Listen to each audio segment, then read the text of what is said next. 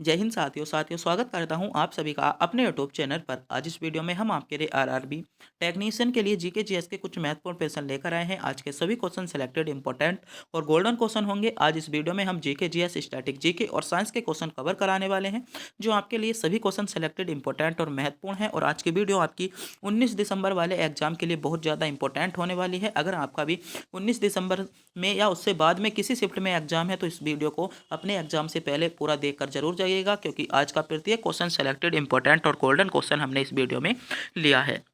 तो बिना टाइम गवाए करते हैं वीडियो को स्टार्ट। आपका पहला क्वेश्चन है, संयुक्त राष्ट्र शिक्षा वैज्ञानिक और आपका सांस्कृतिक संगठन का मुख्यालय कहाँ पर है? तो संयुक्त राष्ट्र शिक्षा वैज्ञानिक और आपका जो सांस्कृतिक संगठन का मुख्यालय है, तो ये जो है मेरे प्यारे साथियों आपका पेरिस यानी पेरिस फ्रांस में है। आपको ध्यान रखना है, पेरिस फ्रांस विकल्प ए में आपको दिया गया है। विकल्प ए यहाँ पर आपका सही जवाब होगा, जिन बच्चों ने विकल्प ए को चुना है। बात करते हैं कुछ महत्वपूर्ण विश्व संगठन और उनसे संबंधित महत्वपूर्ण आपके उनके मुख्यालयों के बारे में, क्योंकि जहां से आप तक अभी तक आपके से रेलवे एग्जाम में पूछा गया है। ये सभी मुख्यालय आपके ऐसे हैं जहां कहीं ना कहीं आपसे एनटीपीसी, एएलपी, आपका ग्रुप डी, आरपीएफ परीक्षा या टेक्नीशियन में कहीं ना कहीं यहाँ से क्वेश्चन आपको देखने को जरूर मिला है, तो आपके लिए इंपॉर्टेंट हो जाते हैं। पहला है आपका राष्ट्र के राज्यमंडल। आपका तो राष्ट्र के जो राज्यमंडल का मुख्यालय है वह आपका लंदन यूके में है, आपको ध्यान रखना है।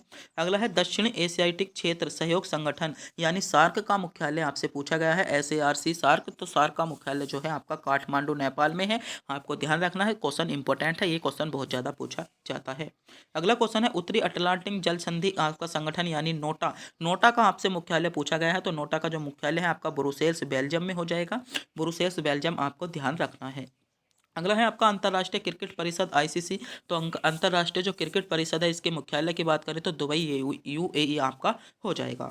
अगला है आपका विश्व मौसम विज्ञान संगठन की बात करें तो जिनेवा स्विट्जरलैंड विश्व मौसम विज्ञान संगठन का मुख्यालय हो जाता है, आपको ध्यान रखना है। अगले की बात करें संयुक्त राष्ट्र जनसंख्या कोष, बहुत ज़्यादा पूछा जाता है, न्यूयॉर्क USA में संयुक्त राष्ट्र जनसंख्या कोष का मुख्यालय हो जाएगा।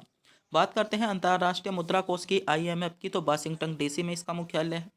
एशियाई विकास आपकी बैंक की बात करें तो इसका मुख्यालय आपका मनीला फिलीपींस हो जाएगा। बात करें संयुक्त राष्ट्र संगठन UN के मुख्यालय की, तो आपका UN का मुख्यालय जो है न्यूयॉर्क USA इसका मुख्यालय हो जाता है। तो ये सभी संगठन जो थे इनके और महत्वपूर्ण मुख्यालय दिए गए थे, जिनसे क्वेश्चन आपको अक्सर आपके एग्जाम में पूछा जाता है। मेरे प्यारे साथियों, अगर आप भी इसकी PDF डाउनलोड करना चाहते हो तो PDF का लिंक आपको वीडियो का डिस्क्रिप्शन यानी टेलीग्राम चैनल पर दिया गया है। टेलीग्राम चैनल पर जाकर हम आप क्या कर सकते हो, हमारे टेलीग्राम को ज्वाइन कर सकते हो और PDF डाउनलोड कर सकते हो। और आपने अभी तक हमारे चैनल पर पहली बार विजिट किया है तो चैनल को सब्सक्राइब जरूर करें, क्योंकि हम आपके लिए आरपीएफ SI रेलवे के सभी एग्जाम, NTPC ग्रुप डी और टेक्निकल आपके टेक्नीशियन सभी के एग्जाम के लिए इंपॉर्टेंट और महत्वपूर्ण क्वेश्चन लेकर आते हैं। जो क्वेश्चन सभी क्वेश्चन इंपॉर्टेंट होते हैं, तो मेरे प्यारे साथियों हमारे चैनल को सब्सक्राइब करना बनता है। अगला क्वेश्चन है आपका चेमायुंग आपका डुंग ग्लेशियर हिमालय से किस नदी का उद्गम होता है? तो यहाँ से जो आपकी कौन सी नदी निकलती है, तो इससे जो उद्गम होता है आपको ध्यान रखना है, आपका ब्रह्मपुत्र नदी का उद्गम होता है। ब्रह्मपुत्र नदी आपको विकल्प ए में दिया गया है, ब्रह्मपुत्र नदी इसमें आपका सही जवाब हो जाएगा। बात करते हैं कुछ महत्वपूर्ण नदी और उनसे संबंधित उद्गम क्षेत्रों के बारे में, जहां से अभी तक आपसे क्वेश्चन पूछा गया है। नील नदी का उद्गम आपसे NTPC 2021 में क्वेश्चन पूछा गया था। तो नील नदी का जो उद्गम होता है आपका विक्टोरिया झील, अफ्रीका की सहायक नदियों से इसका उद्गम होता है। बात करें आपका मिसिसिपी आपकी, तो इसका आपका कहाँ से होता है, तो इटास्का झील से आपका इसका उद्गम होता है। बिरांगना नदी का आपसे पूछा गया था, ये बिरांगना नदी आपसे RPF SI में आपका हाल ही फिलहाल में 2 या 3 तारीख में पेपर हुआ है, उसमें क्वेश्चन पूछा गया है कि बिरांगना नदी का उद्गम तो ग्लेशियर आपका फेंट झील पेरू से आपका इसका उद्गम होता है। बात करें हुआंग हे या इसे बाद पीला नदी के नाम से भी जाना जाता है, तो आपका कुन्नल पर्वत की पूर्वी भाग यानी पश्चिमी चीन से आपका जो होता है इसका उद्गम होता है। इस बारे में आपको पता होना चाहिए, क्योंकि ये सभी नदियाँ ऐसी हैं जो कहीं ना कहीं RRB में आपसे पूछी गई हैं। बात करें आपका जायरे नदी या कांगो नदी, तो आपका लुआबना और आपका लुपोला आपका नदियों के संगम से कांगो नदी का उद्गम होता है। बात करें हेलोंग का, तो हेलोंग का जो उद्गम होता है सिल्का रूस और आपका अर्गुन आपका मुचरिया नदी के संगम से आपका होता है। बात करें यूको नदी का, तो आपका लुइस और पेली नदियों का जनसंघ आपका यूकेनन आपका क्षेत्र कनाडा से आपका इसका उद्गम होता है। बात करें मैकेंजी का तो फिनले नदी से होता है, बहुत ज़्यादा इंपॉर्टेंट है। बात करें चांगजियांग नदी तो ये आपकी तिब्बत पठार यानी चीन से इसका उद्गम होता है। तो ये विश्व की कुछ महत्वपूर्ण नदी दी गई हैं जिनसे संबंधित आपको क्वेश्चन आपकी परीक्षा में देखने को मिलते हैं। आपको इन क्वेश्चनों के बारे में पता होना चाहिए क्योंकि ये क्वेश्चन आपको आपकी परीक्षा में देखने को मिले हैं।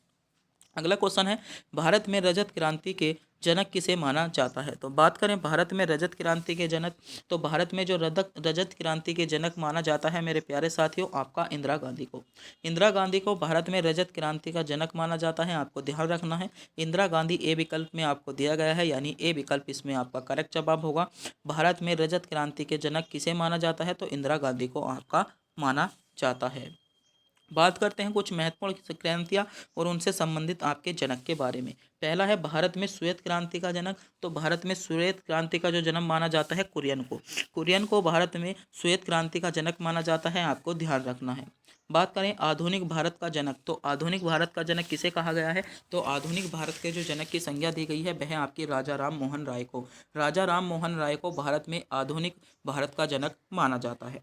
बात करें आपका भारतीय परमाणु कार्यक्रम का जनक, तो भारतीय परमाणु कार्यक्रम का जो जनक माना जाता है आपका होमी जे भाभा। होमी जे भाभा को आपका भारतीय परमाणु कार्यक्रम का जनक माना जाता है। अगला है आपका भारतीय अंतरिक्ष कार्यक्रम का जनक, तो भारतीय अंतरिक्ष कार्यक्रम का जो जनक माना जाता है विक्रम साराभाई को माना जाता है, आपको ध्यान रखना है। बात करें आधुनिक भारत कला के जनक, तो आपके राजा आपका शिव वर्मा को माना जाता है। भारत में हरित क्रांति के जनक की बात करें तो आपका एम एस स्वामीनाथन को भारत में हरित क्रांति के जनक माना जाता है। बात करें भारत में नील क्रांति का जनक, तो नील क्रांति का जनक आपका अरुण कृष्णन को माना जाता है। भारत में पीली क्रांति का जनक जो माना जाता है सेम त्रिपोत को माना जाता है। और भारत में लाल आपकी क्रांति का जनक आपका विशाल तिवारी को माना जाता है। तो ये कुछ महत्वपूर्ण क्रांति, उनके जनक और उनसे संबंधित आपके कुछ महत्वपूर्ण फैक्ट दिए गए हैं जिनके बारे में आपको पता होना चाहिए, क्योंकि यहाँ से भी क्वेश्चन आपको देखने को मिल जाता है। ये भी आपका इंपॉर्टेंट टॉपिक आपकी टेक्नीशियन एग्जाम के लिए बन जाता है।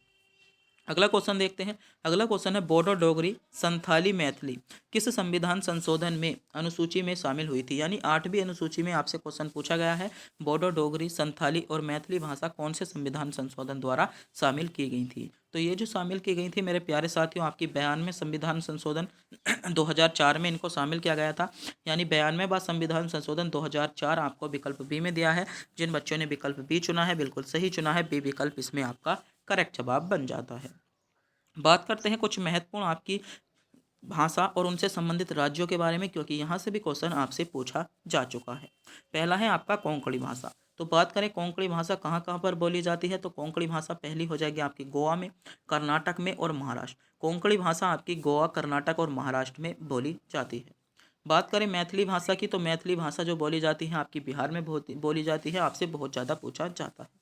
मलयालम भाषा आपसे पूछी गई थी, क्वेश्चन आपको दिया गया था कि अंडमान निकोबार द्वीप समूह में कौन सी भाषा बोली जाती है, तो अंडमान निकोबार द्वीप समूह में आपकी मलयालम भाषा बोली जाती है। 2021 एनटीपीसी एग्जाम में क्वेश्चन पूछा गया था। अगर बात कर लें हम छोटे नागपुर के पठार के आपके में आदिवासी कौन सी बोलते हैं, तो संथाली भाषा बोलते हैं, आपको ध्यान रखना है। सिक्किम और पश्चिम बंगाल में कौन सी भाषा बोली जाती है, तो सिक्किम और पश्चिम बंगाल में आपकी नेपाली भाषा बोली जाती है, आपको ध्यान रखना है, क्वेश्चन पूछा गया है। बात करें दादा और नागर हवेली में, तो आपकी मराठी भाषा बोली जाती है। असम की बात करें तो असम में आपकी कौन सी भाषा बोली जाती है, तो असम की जो आधारिक भाषा आपकी आधिकारिक भाषा है कौन सी है, तो बोडो।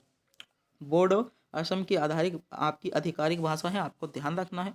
जम्मू कश्मीर की बात करें तो डोगरी हो जाएगी और कर्नाटक की आपकी कन्नड़ हो जाती है। तो ये कुछ आपकी प्रमुख भाषा दी गई हैं जो कहीं ना कहीं आपसे रेलवे एग्जाम में पूछी गई हैं और आरआरबी एंड आपका एग्जाम के लिए बहुत इंपॉर्टेंट आपकी क्लास ये बन जाती है।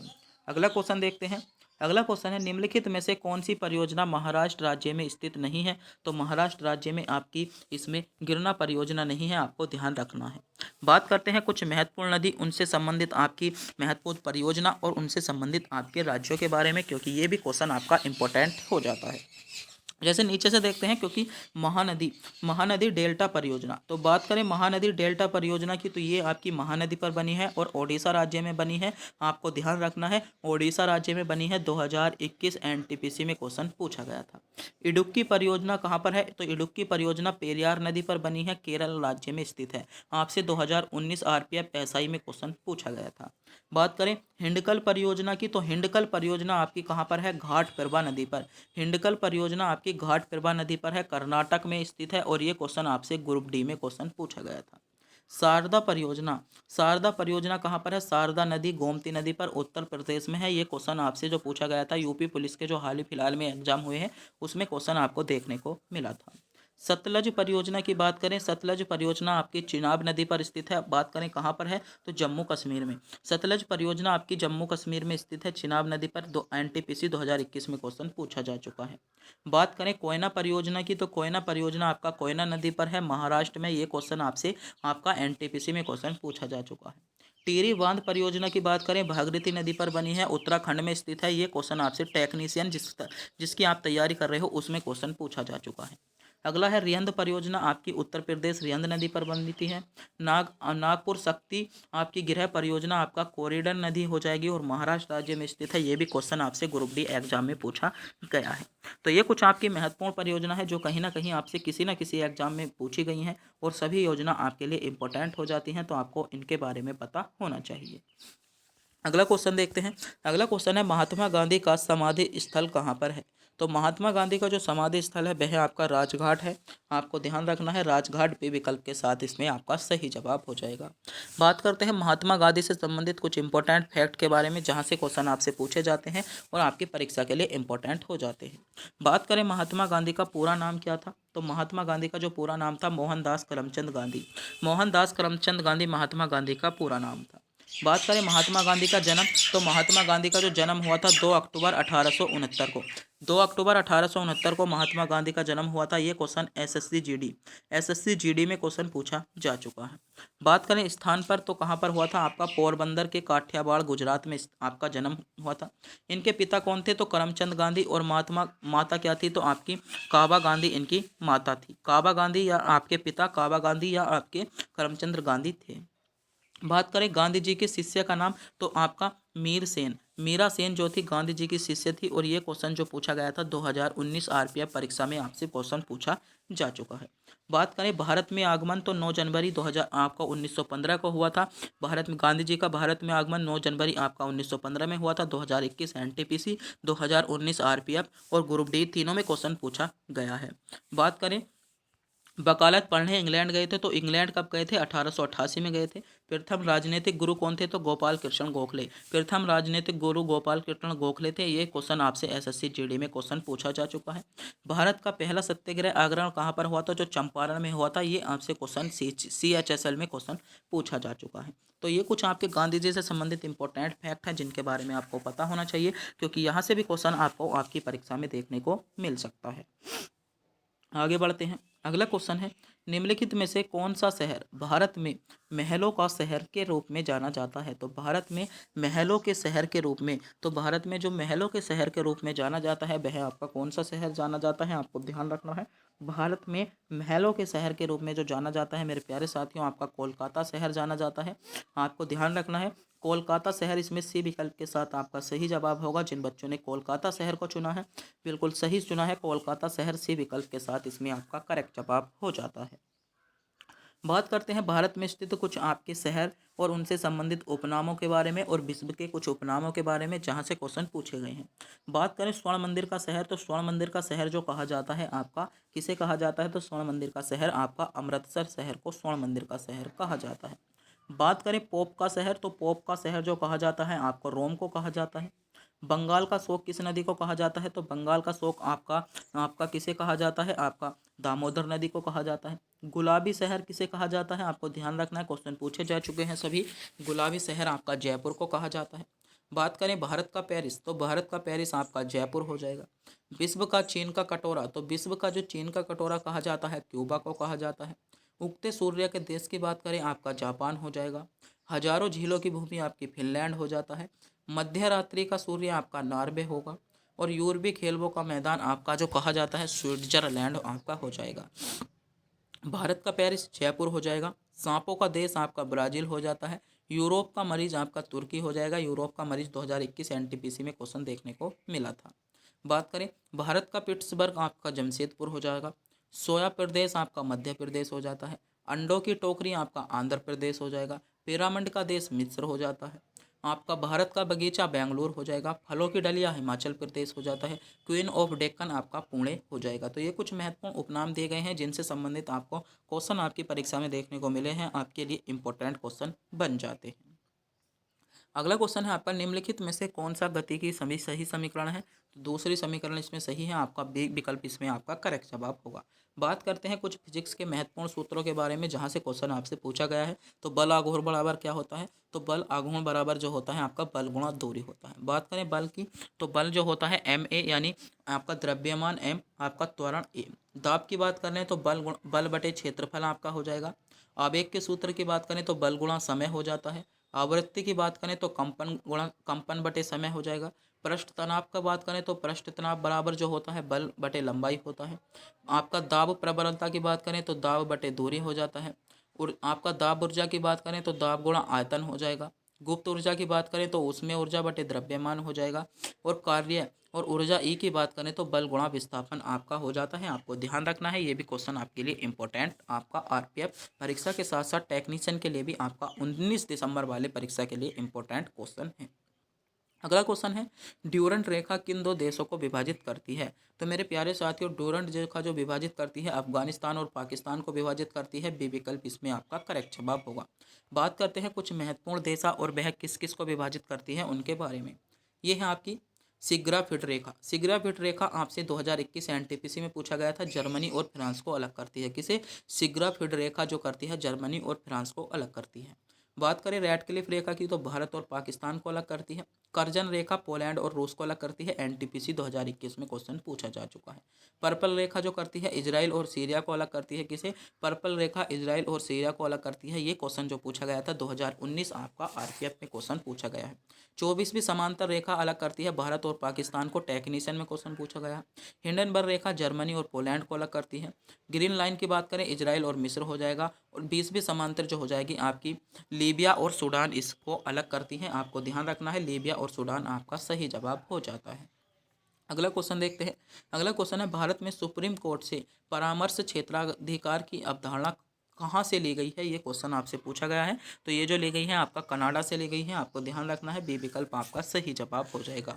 और भारत की कुछ महत्वपूर्ण अवधारणा जो आपसे जहाँ से क्वेश्चन बन सकता है, ये क्वेश्चन इंपॉर्टेंट है। जैसे बात करें संसदीय सरकार, तो भारत में जो संसदीय सरकार ली गई है ब्रिटेन से ली गई है।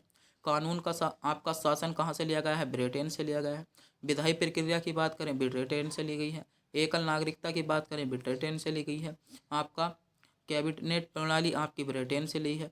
आपकी विशेषाधिकार रिट आपकी ब्रिटेन से ली गई है। संसदीय विशेष अधिकार आपकी ब्रिटेन से ली गई है। द्विसदन आपकी ब्रिटेन से ली गई है। बात करें फ्रांस की, तो फ्रांस आपकी जो ली गई है, फ्रांस में जो लिया गया है प्रस्तावना में गणतंत्रता जो शब्द लिया गया है या आदर्श जो लिए गए हैं फ्रांस से लिए गए हैं। प्रस्तावना में स्वतंत्र आदेश आपके जो लिए गए हैं ये सभी फ्रांस से लिए गए हैं। बात करें आपातकाल के दौरान मौलिक अधिकारों का निलंबन, आपातकाल के दौरान मौलिक अधिकारों का निलंबन आपका जर्मनी के बीमर संविधान से लिया गया, बहुत ज़्यादा पूछा जाता है। संवर्धित सूची आपकी ऑस्ट्रेलिया से ली गई है। सदनों के दोनों सदनों की संयुक्त बैठक आपके ऑस्ट्रेलिया से ली गई है। आपको ध्यान रखना है।